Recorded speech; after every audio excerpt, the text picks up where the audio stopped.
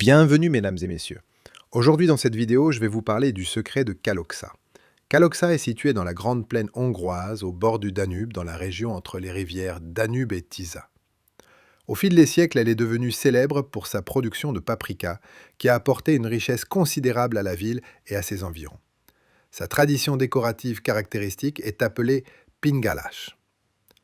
À partir de la fin du 19e siècle, les habitants ont commencé à décorer la salle propre, puis la cuisine et la véranda, et finalement l'extérieur des maisons.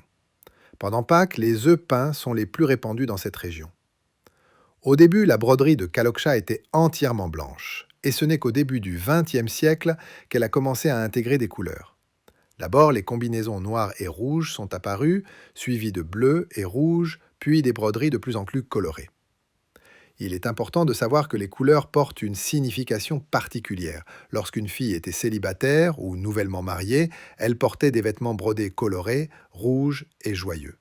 Quand les enfants quittaient la maison familiale, les couleurs passaient au violet. C'est pourquoi on l'appelait triste.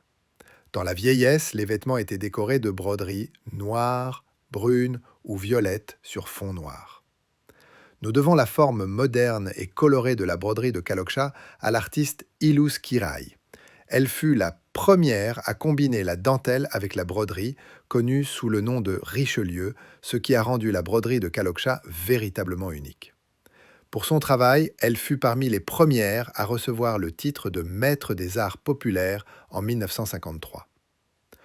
Aujourd'hui, la broderie de Kalocsa est l'un des motifs les plus célèbres de Hongrie et est utilisée de diverses manières pour décorer les objets du quotidien. Les services de table en porcelaine sont peints à la main avec des motifs de Kalocsa et le design gagne une reconnaissance mondiale, apparaissant sur des articles tels que les vêtements de Lewis Hamilton et les gants du gardien du Real Madrid. J'espère que vous avez apprécié cette petite présentation des traditions. La série continue, alors abonnez-vous pour ne pas manquer la prochaine. Et si vous souhaitez nous rendre visite en personne, rue Régiposta 12.